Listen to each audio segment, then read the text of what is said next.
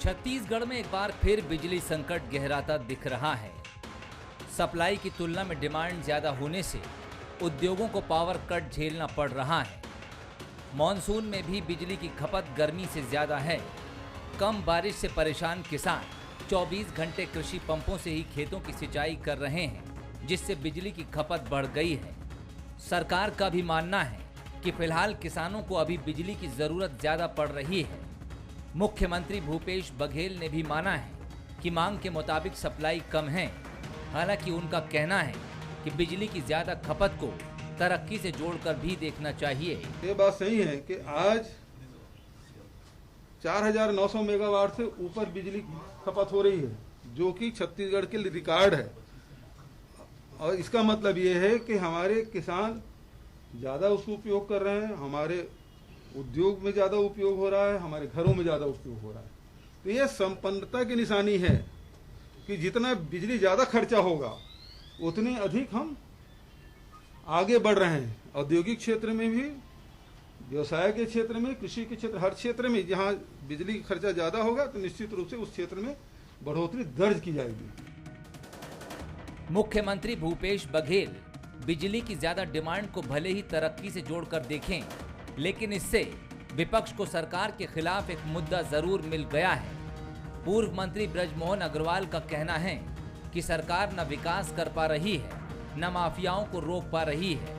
कभी बिजली के लिए सरप्लस कहा जाने वाला छत्तीसगढ़ अब लोड शेडिंग से जूझ रहा है।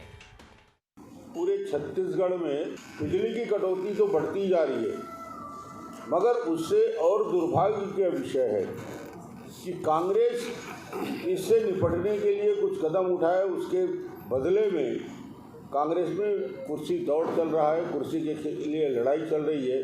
और अब ये नहीं मालूम कि वर्तमान आने वाले समय में मुख्यमंत्री कौन रहेगा। पूरा प्रशासन पंगु हो गया है। छत्तीसगढ़ जो सरप्लस स्टेट था बिजली के मामले में, कि जहां पर 24/7 बिजली मिलती थी, आज उस स्टेट में बिजली के लिए गांव-गांव के लोगों को, किसानों को तरसना पड़ रहा है। किसानों को 5-6 घंटा से ज्यादा बिजली नहीं मिल रही है। छत्तीसगढ़ में उद्योग इसलिए लगे थे कि क्योंकि यहाँ पर 24/7 बिजली थी। आज उद्योगों को 6-7 घंटा भी बिजली नहीं मिल पा रही है, और इसके कारण छत्तीसगढ़ का जो पब्लिक एक्सचेकर है उसका नुकसान हो रहा है। छत्तीसगढ़ की सरकार को टैक्स भी कम मिलेगा और छत्तीसगढ़ का विकास, वैसे ही छत्तीसगढ़ कंगाल हो रहा है, कर्जे में डूबा हुआ है और बुरी हालत होगी।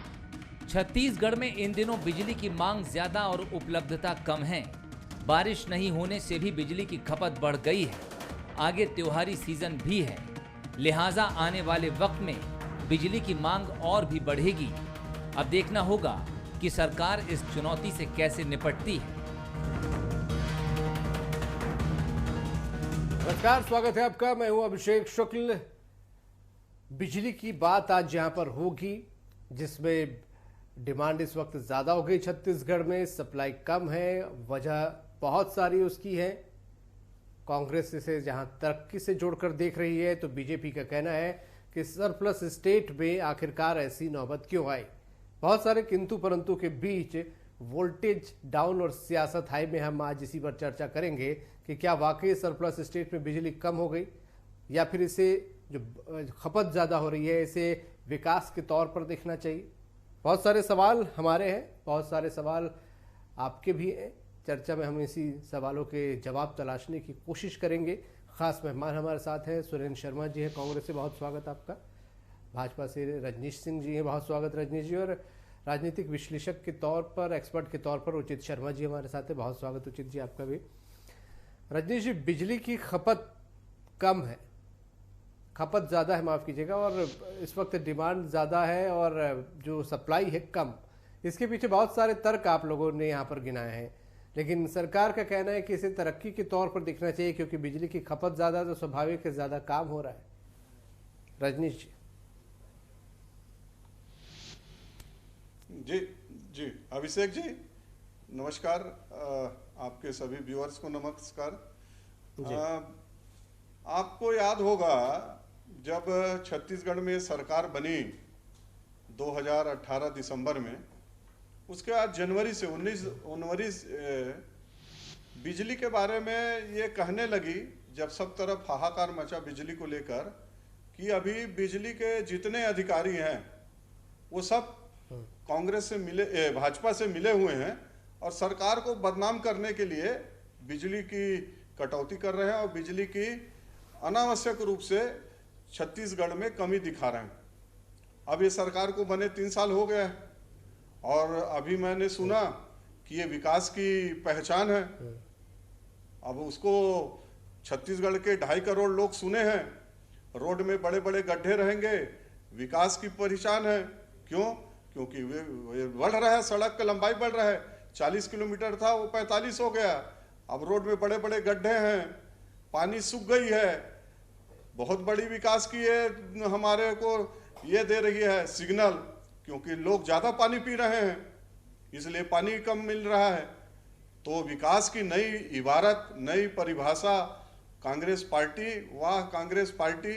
और क्या स्थिति है, किसान अभी क्या 8 दिन से 10 दिन से मांग बढ़ी है। अरे जनवरी, फरवरी, मार्च, अप्रैल, कब इसको कहें पीक समय, कब कहें खपत अभी कम है, मांग ज्यादा है। ये 3 साल में बताएं, 3 साल से तो वही चल रहा है। ट्रांसफार्मर फेल हो रहा है, 20 दिन 25 दिन ट्रांसफार्मर नहीं लग रहा है। ट्रांसफार्मर छोड़िए, 3 फेस का इनके पास मीटर नहीं है, 3 फेस का। और 35,000 कनेक्शन, अस्थायी कनेक्शन किसानों का पड़ा हुआ है, वो नहीं दे पा रहे हैं।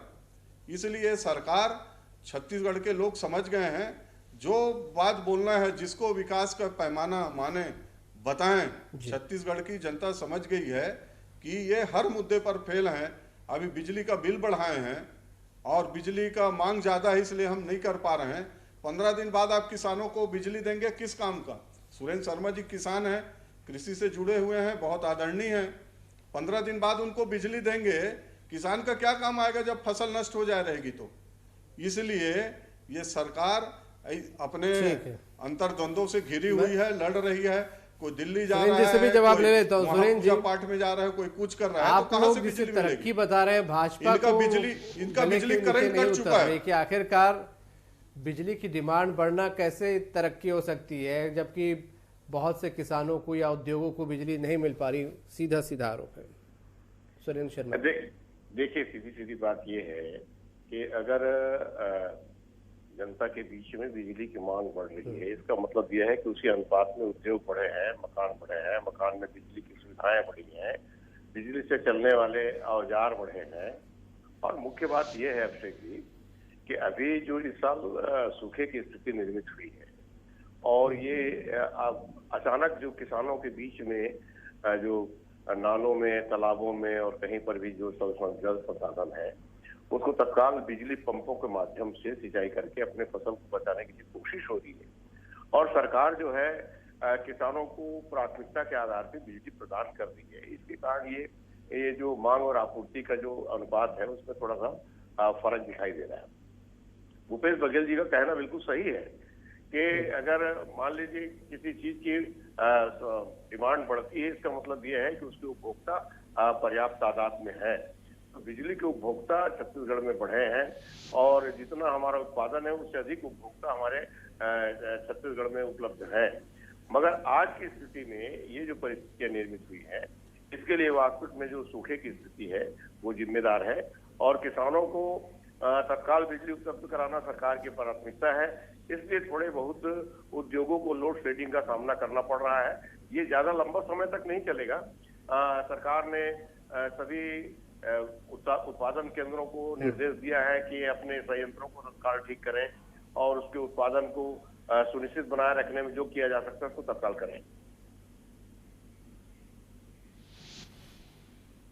ठीक, उचित शर्मा जी से टिप्पणी ले लेता हूं। उचित जी, बिजली का संकट आपने देखा है, किसानों को लेकर भी बहुत सारी दिक्कतें कुछ सामने आई हैं, उद्योगों में भी बिजली की कटौती की बात सामने आ रही है, कुल मिलाकर डिमांड बढ़ी है, सप्लाई कम है। ऐसी हालात क्यों बने?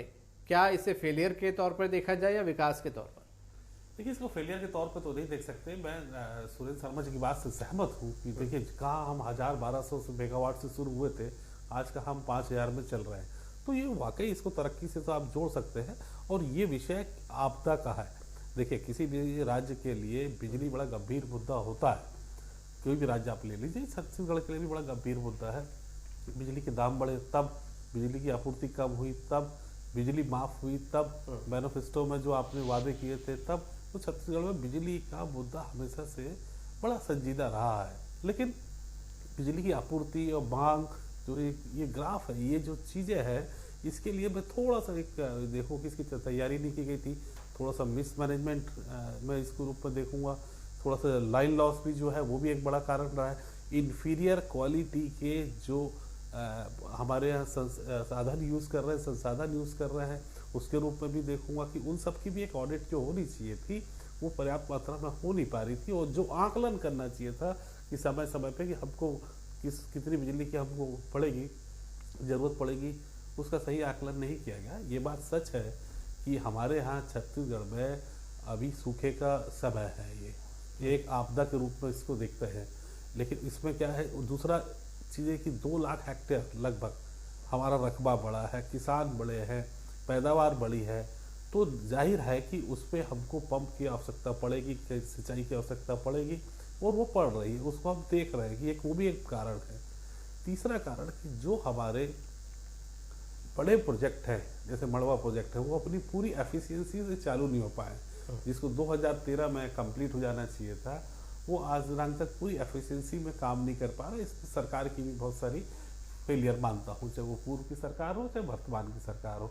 चौथा बड़ा कारण है कि जो वैश्विक है, जो कोयले के दाम है, वो लगभग डबल से ट्रिपल हो चुके हैं। जो वैश्विक मैं बात कर रहा हूँ, हमारे यहाँ इंडिया में इंपोर्ट होता है, हम ऑस्ट्रेलिया से, इंडोनेशिया से, अफ्रीका से हम इंपोर्ट करते हैं लगभग 30%, 70% हमारा कोल इंडिया पैदा करता है। तो वहाँ भी डिमांड और सप्लाई में बड़ा गैप है, क्योंकि ये जो गैप आया है वो एक रेट की तब्दीलियाँ जो हुई है उससे भी आया है। तो ऐसे तमाम कारण है कि जिसकी तैयारी हमने पहले से नहीं की थी और वो शहने से बड़े हैं, तो समस्या थोड़ी सी बड़ी हुई है। ये समस्या नो डाउट, ये समस्या बहुत ज़्यादा दिन नहीं रहने वाली, इसका भी सॉल्यूशन निकाल लिया जाएगा। लेकिन उसके जो लोकल कारण है, राज्य के कारण है, अंतर्राष्ट्रीय कारण है, कई कारणों से ये स्थिति देखने को मिल रही है। ठीक है रजनीश जी, आपने सुना हमारे दोनों वक्ताओं को, और क्यों इसे तरक्की के तौर पे देखना चाहिए ये भी हमारे वक्ता बता रहे हैं, और पक्ष भी बता रहे हैं कि क्यों डिमांड बढ़ी है, किस तरीके से आपूर्ति उसमें कमी आई है। लेकिन मैनेजमेंट में कहीं ना कहीं कुछ कमी रह गई, ये बात वो भी स्वीकार रहे हैं। क्या आपको भी लगता है कि डिमांड के साथ तरक्की तो ठीक है, मैनेजमेंट में जो भी दिक्कत है उसकी वजह से ये जो किसानों के साथ या उद्योगों को कम बिजली या कटौती हो रही है, ये दिक्कतें हो रही है? देखिए अभिषेक जी, यदि मैं 2003 से शुरू करूं वो विषय लंबा हो जाएगा, 2003 से 18 तक। और अभी सुरेंद्र शर्मा जी जो बोल रहे थे कि हमने बहुत सारे मकानों को, कृषकों को कनेक्शन दिया है, 3 और 18 को एक एक आंकड़ा दे देता हूं। 3 में जो यहाँ 18 लाख उपभोक्ता थे, 18 तक वो 45 लाख हो गए। और यदि सुरेंद्र शर्मा जी के पास कोई आंकड़ा होगा तो बताएंगे कि जो घरेलू उपभोक्ता हैं वो 45,000 से कितने बढ़े, उद्योग के जो उपभोक्ता हैं कितने बढ़े, जो किसान के पंप कनेक्शन है 72,000 था, जो किसानों का कनेक्शन 18 में 4.5 लाख हुए। अभी इन्होंने विधानसभा में स्वीकार किया है कि 35,000 अस्थायी कनेक्शन के लिए हमारे पास डिमांड है, हम नहीं दे पा रहे। तो कहाँ कहीं इन्होंने, अभी उचित जी बोले हैं, मैं उनके सम्मान करता हूं, लेकिन उन्होंने कहा 2 लाख हेक्टेयर बढ़ गए। 2 लाख हेक्टेयर में थोड़ा एक बार बता दे कितने पंप का कनेक्शन दिए हैं? कोई कनेक्शन नहीं दिए हैं। वो संख्या 1000 में नहीं है। आप यदि उसमें जाएंगे तो 2 लाख हेक्टेयर में नए पंप कनेक्शन 1000 में नहीं है। कोयले की बात से भी मैं थोड़ा सहमत नहीं हूं उचित जी से कि उन्होंने कहा 2 गुना हो गया है। निश्चित रूप से कोयला भारत में जो उद्योगों को मिल रहा है, अपने शासकीय उपक्रमों को मिल रहा है, उसमें बढ़ोतरी नहीं हुई। और कोयला, केंद्र सरकार का स्पष्ट आदेश है कि कोयला ऐसे सरकारी उपक्रमों में जहां वैगन की, रेल की व्यवस्था है, वैगन से जाएगी। न रेल का भाड़ा बढ़ा है, न कोयला में बहुत ज्यादा वृद्धि हुई है। लेकिन कोयला के कारण कोई विद्युत तापगृह प्रभावित नहीं है, और उसको जबरदस्ती का रोड को खराब करने के लिए, ट्रांसपोर्ट का भाव बढ़ाने के लिए क्यों इससे कर रहे हैं? जब हम वैगन से, रेल से माध्यम से हम इसको आसानी से पहुंचा सकते हैं अपने पावर सेक्टरों में, तो पावर हब में, तो क्यों नहीं कर रहे हैं? और निश्चित रूप से कोयला का ना भाव बढ़ा है ना रेलवे के ट्रांसपोर्टिंग में बढ़ा है। सरकार की 100% फेलुअर है। और यदि ये बात जो बोल रहे हैं, मैं उसी बात को केंद्र सरकार के संदर्भ में कहूं तो सुरेंद्र शर्मा जी सहमत हो जाएंगे। जो बात वो बोल रहे हैं और वही बात उल्टा अभी केंद्र सरकार के बारे में बोलते हैं। तो मैं यही तर्क दूं जो राज्य सरकार तर्क दे रही है। सुरेंद्र शर्मा जी बता रहे हैं मैनेजमेंट में कि व्यवस्था ठीक से नहीं हो पाई, हालांकि एक तर्क तरक्की का भी है। सुरेंद्र शर्मा जी देखिए, रजनीश भाई भी किसान आदमी है विधायक के साथ साथ, और वो बहुत अच्छी तरह इस बात को जानते हैं कि अभी अगर आप निकल जाइए कहीं पर परमानेंट कनेक्शन कितने मिले इसके आंकड़े मेरे पास नहीं है। अभी अगर अगले किसी मीटिंग में मैं उसके आंकड़े भी लेके आ जाऊंगा, मगर आप जिधर जाइए उधर पंप चल रहे हैं, नालों में, तालाबों में, टेम्परेरी कनेक्शन के माध्यम से। और अचानक जो ये सूखे की स्थिति निर्मित हुई है और किसानों को जिस तरह से पानी की आवश्यकता पड़ती है और सरकार ने उसको जिस तरह से मुहैया कराया है, इस बात को तो मानना पड़ेगा कि ये जो मांग और आपूर्ति का जो अंतर आया है वो निश्चित रूप से इसी वजह से है। आने वाले समय में ये बहुत लंबे समय तक नहीं चलेगा। मेरे ख्याल से 15 महीना दिन के अंदर ये परिस्थितियां जो है फिर से बदल जाएंगी। और ये बात ये कहना कि लेकिन सुरेंद्र जी उसमें तो किसानों का नुकसान हो जाएगा। एक महीने में किसानों का तो नुकसान हो जाएगा। नहीं, किसानों को बिजली दी जा रही है ना, किसानों की बिजली कटौती नहीं हो रही है, किसानों को बिजली दी जा रही है। उसी कारण उद्योग विभाग में लोड शेडिंग की स्थिति निर्मित हुई है। यानी कुल मिला के अगर देखा जाए तो किसानों को अबाध रूप से बिजली मुहैया कराई जा रही है। कहीं कहीं अगर मेंटेनेंस का कुछ प्रॉब्लम हो या ट्रांसफार्मर का कोई प्रॉब्लम हो, एक आध दिन की कोई समस्या आती हो, इस बात को मैं नहीं कह सकता, मगर सरकार की प्राथमिकता में ये है कि किसानों को बिजली उपलब्ध कराया जाए और जो फसल बचाया जा सकता है उसको बचाया जाए। इसके अलावा इस बात को आप स्वीकार करें चाहे मत करें, आप विरोधी होने के नाते आप विरोध करना आपकी जिम्मेदारी जरूरी है, मगर जब 2 लाख हेक्टेयर किसान बढ़ गए और इतने तादाद में बोर खुदाई हुआ है, इतने तादाद में तालाब बने हैं, इतने तादाद में सबसे सिंचाई की व्यवस्था हुई है, तो इन सारे चीजों के लिए बिजली की आवश्यकता तो जरूर पड़ी है। और उसके वजह से आज जो ये परिस्थितियां निर्मित हुई हैं, इन परिस्थितियों के लिए अब आप कल को बोल देंगे कि सरकार आई है तो पानी नहीं गिर रहा है, और तो भाई इसके लिए हम जिम्मेदार नहीं है। निश्चित रूप से एक संकट का समय है और ये जितनी बिजली हमको चाहिए उतनी बिजली का उत्पादन हम अभी नहीं कर पा रहे हैं, मगर ये परिस्थितियां अधिक लंबे समय तक नहीं रहेंगी। ठीक, उचित जी, क्या मैनेजमेंट होना चाहिए था? किस तरीके से इन चीजों को मैनेज किया जाना था? कहां पर कमी रह गई? देखिए, आपदा का तो कोई मैनेजमेंट होता नहीं कि आपदा में आप किस तरीके से तैयारी करें। नो डाउट ये पूरी की पूरी डिमांड और सप्लाई की जो चीज़ें हैं वो उसका आकलन अगर पहले से कर, आपदा का आकलन नहीं कर सकते, लेकिन आपदा आई तो आप उसकी तैयारी जरूर कर सकते हैं। वो नहीं है, ये अस्थायी तौर पे वो मैनेजमेंट नहीं कर पा रहे हैं जो करना चाहिए था। जो स्थायी परिवर्तन ये कर सकते हैं कि ये लाइन लॉस में जो इनको तब्दीलियाँ करके, लाइन लॉस जो मैक्सिमम हो रहा है उसमें आप चेंजेस करके उसको कम लाके ये चीज़ें की जा सकती है। इन्फीरियर क्वालिटी के जो आप साधन यूज़ कर रहे हैं उसमें तब्दीलियाँ की जा सकती है। पूर्व से आप तैयारियां रखें तो ये ऐसी स्थिति निर्मित नहीं होगी। रजनीश जी जिस प्रकार से बोल रहे थे कि आप कि कोयले के जो दाम है वो अंतर्राष्ट्रीय, आप तमाम बिजनेस स्टैंडर्ड या अन्य अखबार पढ़ेंगे, चाइना भी इसी चीज़ से जूझ रहा है क्योंकि कोयले के दाम अंतर्राष्ट्रीय स्तर पर बढ़े हैं। और अगर आप मेरी सभी बातों पे आप टिप्पणी कर रहे थे तो मड़वा प्लांट पे भी रजनीश जी टिप्पणी कर दीजिए कि वो प्लांट किसकी जिम्मेदारी थी, उसकी पूरी एफिशिएंसी से क्यों नहीं हो सका, क्यों तमाम उसका जो वो था उसकी लागत थी वो भी डबल हुई है। आप भी बेहतर जानते हैं रजनीश जी किसकी वजह से हुई है, कौन जिम्मेदार है, कौन उसके सीईओ थे, कौन उसको देख रहे थे, आप उससे बेहतर जानते हैं। अब मैं उन तमाम भ्रष्टाचार पे नहीं जाऊंगा, हम केवल बात करते हैं बिजली की। तो अंतर्राष्ट्रीय स्तर पे वो बड़े दाम बढ़े हैं कोयले के, और 30% कोयला हम इंपोर्ट करते हैं, पूरा भारत इंपोर्ट करता है। 70% ही हमारा प्रोडक्शन है बिजली के लिए और पूरी डिपेंडेंसी हम कोयले के ऊपर निर्भर है। समस्या अस्थायी है। रजनीश जी, उचित जी बोल रहे हैं अस्थायी समस्या है, निवारण हो जाएगा। बहुत संक्षेप में। नहीं अभिषेक जी, यदि ये बात है जो उचित जी बोल रहे हैं तो सरकार की तरफ से आना चाहिए था कि कोयले के दाम है, कोयले की कमी है। सरकार ने कहा हमारा डिमांड बढ़ा है, और ये जो बार बार बोल रहे हैं कि 15 दिन के लिए है, 20 दिन के लिए स्थायी है, मैं अभिषेक जी आपके ऊपर और सब पैनलिस्ट बैठे उनके ऊपर छोड़ देता हूं कि बारिश 10 अगस्त से नहीं हो रही, मान लेते हैं अपन कुछ 2-3 संभागों में, बाकी जगह सब बारिश हुई है, अभी बंद है।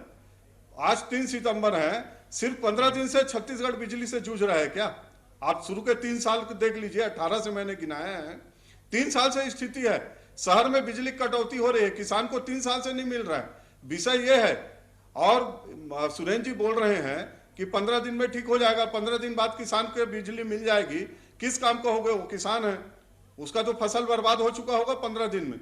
और के चाहे कितना बोल रहे हैं कि हर जगह पंप चल रहा है, कहीं भी घूमेंगे देखेंगे कहीं पंप नहीं चल रहा है, और सिर्फ बिजली के कारण नहीं चल रहा है। इसलिए सुरेंद्र जी क्या समाधान निकालेंगे कारण यदि इनके इसमें कमी आई है उत्पादन में? नहीं, मैं कह रहा हूँ पंप चल रहे हैं और जगह जगह चल रहे हैं, और कोई भी व्यक्ति कहीं भी जाएगा तो देख सकता है खेतों में पंप चल रहे हैं। और मेरा कहने का तात्पर्य ये है कि 15 दिन का खेल है। 15 दिन के अंदर अगर किसान खेतों को पला लिया तो पला लिया, 15 दिन के बाद उसकी पानी पिलाने का कोई मतलब नहीं रह जाएगा। इसलिए किसान जो आकस्मिक रूप से बिजली का उपयोग कर रहे हैं, ये 15 दिन के बाद इसकी स्थितियां समाप्त हो जाएंगी। तो इसलिए मैं कह रहा हूं कि 15 दिन के बाद ये मांग और आपूर्ति का जो गैप है ये अपने आप में ठीक हो जाएगा। इसके अलावा माननीय मुख्यमंत्री जी ने निर्देश दिए हैं कि विद्युत उत्पादन बढ़ाने के लिए तात्कालिक जो किया जा सकता है उसको तत्काल किया जाए।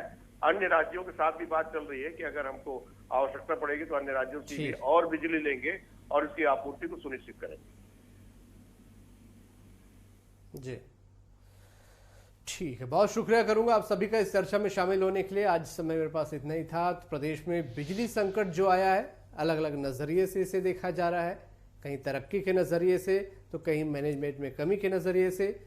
कुल मिलाकर ये बात सामने आ रही है कि अस्थायी समस्या है, जल्द इस समस्या का समाधान होगा, लेकिन जब तक समाधान नहीं होता तब तक ये एक बड़ा सियासी मुद्दा बन चुका है।